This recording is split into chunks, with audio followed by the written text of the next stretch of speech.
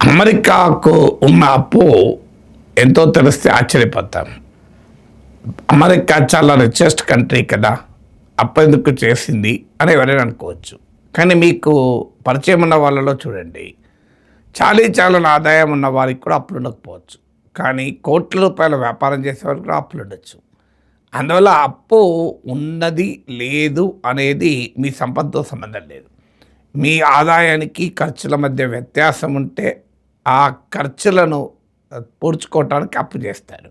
So అందువల్ల వ్యక్తులకైనా దేశాలకైనా అప్పులు ఎక్కువ ఉంటే వారు పేదవాళ్ళని, అప్పులు తక్కువ ఉంటే వారికి సంపద బాగా ఉందని మనం అంచనా వేయలేం. పేదవాడికి అప్పు లేకుండా ఉండవచ్చు, బాగా సంపన్నుడికి కూడా అప్పు ఉండవచ్చు. సో అందుకే అమెరికా అప్పు $39 ట్రిలియన్ చేరుకుంది. అంటే ఆ దేశ జీడిపి కన్నా చాలా ఎక్కువ. $39 ట్రిలియన్. $1 ట్రిలియన్ అంటే $1,00,00,000. అమెరికా మొత్తం అప్పు $39,00,00,000. ఇది భారీగా పెరుగుతూ వస్తుంది రోజు రోజుకు. ఎంత పెరుగుతూ వస్తుందో మీకు అర్థమయ్యటానికి కాస్త ఈ లెక్కలు చూడండి. మీకు 200 ఏళ్ళు పట్టింది అమెరికా అప్పు $1 ట్రిలియన్ చేరటానికి. కేవలం $1,00,00,000 చేరటానికి 200 ఏళ్ళు పట్టింది. 1981లో మొదటిసారిగా అమెరికా అప్పు $1 ట్రిలియన్ అయింది. ఆ తర్వాత వెంటనే 3 ఏళ్లలో మరో $1 ట్రిలియన్ యాడ్ అయ్యి $2 ట్రిలియన్ అయింది అమెరికా అప్పు. సో ఇలా పెరుగుతూ వచ్చిన అమెరికా అప్పు ఇప్పుడు $1 ట్రిలియన్ పెరగటానికి కేవలం 6 నెలలు మాత్రమే పట్టింది. అంటే 6 నెలల్లో $1 ట్రిలియన్ అప్పు చేసింది అమెరికా. ఇప్పుడు అమెరికా అప్పు ప్రపంచంలోనే భారీగా ఉన్న ఆర్థిక వ్యవస్థల్లో భారీగా అప్పున్న దేశం కూడా అమెరికానే అయింది. ఏడాదికి అమెరికా అప్పు పెరుగుతూనే ఉంది. ఇప్పుడు అంచనా ఏంటంటే ఒక దశాబ్ద కాలంలో అమెరికా అప్పు ఆ దేశ జీడిపి కన్నా 120% ఉంటుంది. ఇప్పటికే జీడిపి కన్నా ఎక్కువ ఉంది. ఈ ట్రెండ్ ఇంకా కొనసాగుతూనే ఉంటుంది. కొన్ని ప్రత్యేక సందర్భాల్లో మాత్రం ఈ అప్పు ఇంకా ఎక్కువ పెరిగింది. ఇప్పుడు ఉదాహరణకు కరోనా వచ్చిన సమయంలో ఎకానమీ కొలాప్స్ అయింది. ప్రపంచం అంతటా ఈ పరిస్థితి ఏర్పడింది. అమెరికాలో కూడా ఏర్పడింది. ఆ ఒక్క ఏడాదిలోనే $4 ట్రిలియన్ $4,00,00,000 అమెరికా అప్పు పెరిగింది. ఇక అప్పు ఇంత భారీగా ఉంటే మరి వడ్డీల భారం కూడా భారీగా ఉంటుంది కదా. నిజమే, అమెరికా ప్రతి ఏటా $1 ట్రిలియన్ వడ్డీలకే కడుతుంది. అంటే $1,00,00,000 వడ్డీలు చెల్లిస్తుంది అమెరికా. ఇది అమెరికా ఆరోగ్య రంగం పైన, దేశ భద్రత పైన ఖర్చు పెట్టేదానికి కన్నా సమానము లేదా ఎక్కువ. అంటే ఎంత మేరకు అమెరికా అప్పులపైన ఖర్చు పెడుతుంది. ఈ అప్పులో వడ్డీలే లేకపోతే అమెరికా అభివృద్ధి పైన ఎంత ఖర్చు పెట్టవచ్చు చూడండి. ఇప్పుడు అమెరికా పరిస్థితి ఏంటంటే పాత అప్పులు కట్టాలంటే కొత్త అప్పులు చేయాల్సిందే. కొత్తగా అప్పులు చేసి పాత అప్పులు కడుతూ ఉంటుంది. ఆ రకంగా ఎకానమీని బలంగా ఉండేలా ప్రొజెక్ట్ చేస్తుంది. ఫలితంగా అప్పులు ఇచ్చేవాళ్ళు మళ్ళీ కొత్తగా అప్పులు ఇస్తూ ఉంటారు.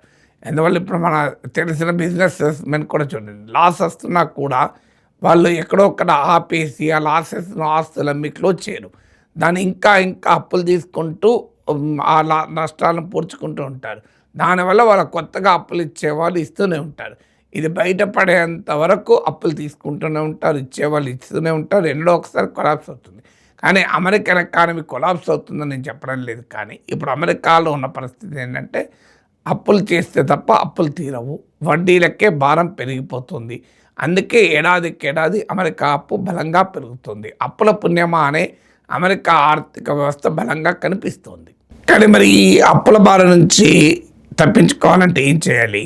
ఇప్పుడు అప్పుల భారం తప్పించుకోవాలంటే రెండే మార్గాలు. ఒకటి, అప్పులు తగ్గాలి అంటే ఖర్చులు తగ్గించుకోవాలి, లేదా మీకు పన్నులు పెంచాలి. పన్నులు పెంచితే ఆదాయం పెరుగుతుంది, లేదా ఈ రెండూ చేయాలి. కానీ ఎప్పుడైతే నువ్వు ఖర్చును తగ్గించావనుకోండి, ఇన్ఫ్రాస్ట్రక్చర్పై కానీ ప్రజల అవసరాలపైన కానీ పెట్టే ఖర్చు తగ్గిస్తే ఆటోమేటిక్గా ఎకనామిక్ గ్రోత్ దెబ్బతింటుంది.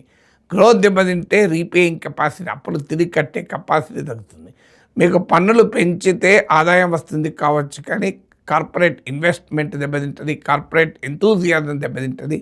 ఆ భారీగా అప్పులు ఉంటే భారీగా పన్నులు కట్టలేక ఇతర చోట్లకు ఇన్వెస్టర్స్ వెళ్ళిపోయే అవకాశం కూడా ఉంటుంది.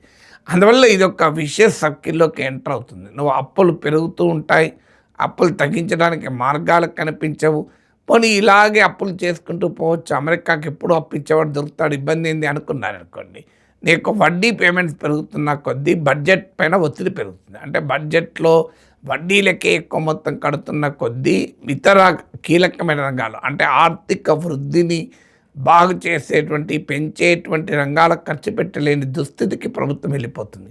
దీనికి పరిష్కారం ఏంటంటే ఏదో ఒక అద్భుతం జరిగి అమెరికన్ ఎకానమీ అనూహ్య రీతిలో ఒక ప్రొడక్టివిటీ పెరిగితే, ఒక గొప్ప ఇన్నోవేషన్తో పెరిగితే తప్ప మార్గం లేదు.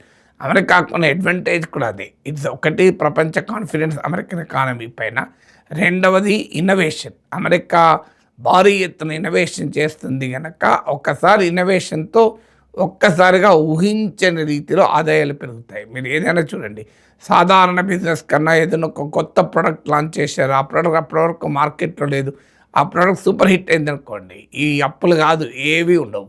సో ఇప్పుడు అమెరికా ఆశ ఏంటంటే ఆర్టిఫిషియల్ ఇంటెలిజెన్స్ కనుక ఏదైనా ఒక రెవల్యూషన్ సాధించితే ఆ ఇన్నోవేషన్తో అమెరికా ఒక్కసారిగా భారీగా గంతు వేస్తే ఎకానమీ, అప్పుడు తమకు ఈ అప్పులన్నీ పోతాయంటారు. కానీ అది ఎప్పుడు జరుగుతుందో తెలియదు. కానీ ఈలోగా అమెరికన్ కంపెనీలు భారీ ఎత్తున ఏఐలో ఇన్వెస్ట్ చేస్తున్నాయి.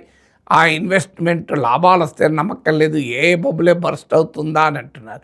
అందువల్ల ఒక రకంగా పులిపే సారీ చేస్తుంది అమెరికన్ ఎకానమీ. అందుకే ఈ అప్పుల బారి నుంచి బయటపడటానికి అమెరికా ఆశిస్తుంది ఏంటంటే something big innovation will massively increase American economic productivity అని. ఇది వాస్తవంగా 1990s నుంచి ఎర్లీ 2000s మధ్యలో ఇంటర్నెట్ బూమ్ వచ్చినప్పుడు కూడా అమెరికా సాధించింది. మీకు కొన్ని రీసెర్చ్ పేపర్స్ అంచనా ప్రకారం మీకు ఈ 10-year పీరియడ్లో 1992 నుంచి 2002 మధ్య కాలంలో అమెరికన్ బడ్జెట్ డెఫిసిట్ సగానికి సగం పడిపోయింది. కారణం ఏంటంటే ఎకానమీలో ప్రొడక్టివిటీ, ఇంటర్నెట్ తీసుకొచ్చిన ప్రొడక్టివిటీ వల్ల, ఇంటర్నెట్ ఎకానమీని ఎక్స్పాండ్ చేయడం వల్ల ప్రభుత్వానికి పన్నుల ద్వారా వచ్చే ఆదాయం పెరిగి బడ్జెట్ డెఫిసిట్ గణనీయంగా తగ్గింది. ఇప్పుడు బ్రూకింగ్స్ లాంటి సంస్థలు అంచనా వేస్తున్నాయి ఏంటంటే ఈ ఏఐ బూమ్ వల్ల కూడా బడ్జెట్ డెఫిసిట్ 1/3 పడిపోతుంది అని. అంటే 6% ఆఫ్ జీడిపి నుంచి 2% ఆఫ్ జీడిపికి పడిపోతుంది అని. కారణం ఏంటంటే ఆ ప్రొడక్టివిటీ వల్ల అమెరికాలో సంపద సృష్టించబడి ఆ సంపద ద్వారా ప్రభుత్వానికి పన్నుల ఆదాయం పెరుగుతుంది కనుక గతంలో చేసిన అంత స్థాయిలో అప్పులు చేయాల్సిన అవసరం ఉండదు, దానివల్ల అప్పుల భారం కూడా తగ్గుతుంది అని. కానీ ఇది ఎకనామిక్ హైపోథెసిసే. దీంట్లో అనేక ఇఫ్స్ అండ్ బట్స్ ఉన్నాయి. ఆర్టిఫిషియల్ ఇంటెలిజెన్స్లో ఇప్పుడు మనం చూస్తున్న భూమ్ వల్ల ఇది రియల్ భూమ్ అనే చర్చ నడుస్తుంది. ఇది ఫైనాన్షియల్ బబుల్ మాత్రమే అని. అంటే ఫైనాన్షియల్ బబుల్ అంటే అన్ని కంపెనీలు ఇప్పుడు ఏఐ మీద పోటీపడి ఇన్వెస్ట్ చేస్తున్నాయి. అందరూ అద్భుతమైన ప్రోడక్ట్తో రాకపోవచ్చు, ఎవరో అందులో ఒక్కరో ఇద్దరు రావచ్చు, ముగ్గురు రావచ్చు. కానీ చాలా కంపెనీలు ఇవాళ ఫైనాన్షియల్ ఈ బబుల్లో దెబ్బతినే అవకాశం ఉంటుంది. అయితే ఏ ఎక్స్పర్ట్ చెప్పేది ఏంటంటే ఫైనాన్షియల్ బబుల్ ఉంటుంది కానీ టెక్నాలజీ బబుల్ బర్స్ట్ కాదు అని. ఫైనాన్షియల్ బబుల్ బర్స్ట్ కావచ్చు, అందరూ లాభాలు పొందకపోవచ్చు, కానీ క్రియేట్ అయ్యే టెక్నాలజీ మాత్రం ఖచ్చితంగా ఏఐ ప్రొడక్టివిటీని పెంచుతుంది అని. కానీ ప్రొడక్టివిటీ పెంచడంతోనే ప్రభుత్వ అప్పుల భారము తగ్గుతుందా అనేది మరో ప్రశ్న. ఎందుకంటే ఎప్పుడు కూడా టెక్నాలజీ అడ్వాన్స్ అవుతున్న కొద్దీ వేజెస్ పెరగవు, కేవలం ప్రాఫిట్స్ పెరుగుతాయి. ఇప్పటికే ప్రాఫిట్స్కు వేజెస్కు మధ్య రేషియో చాలా క్లియర్గా ప్రాఫిట్స్ వైపు వెళ్తుంది. మీకు వేజెస్ వల్లనేమో ప్రభుత్వాలకు ట్యాక్సెస్ ఎక్కువ వస్తాయి. అంటే ప్రజలకు ఆదాయాలు పెరిగితే, వేతనాలు పెరిగితే ప్రభుత్వానికి అనేక రూపాయల పన్నులు వస్తాయి. ప్రత్యక్ష పన్ను, డైరెక్ట్ ట్యాక్సెస్, ఇండైరెక్ట్ ట్యాక్సెస్ వస్తాయి. కార్పొరేట్ ప్రాఫిట్స్ ద్వారా వచ్చేటువంటి ట్యాక్సెస్ తక్కువ. అందువల్ల మీకు ఏఐ తీసుకొచ్చేటువంటి రెవల్యూషనరీ ఎకనామిక్ ప్రొడక్టివిటీలో కూడా వేజెస్ కాంపోనెంట్ తక్కువ ఉండి ప్రాఫిట్ కాంపోనెంట్ పెరిగే అవకాశం ఉంది. మరీ ముఖ్యంగా ఏఐ చాలామంది రిప్లేస్ చేసే అవకాశం కూడా ఉంది.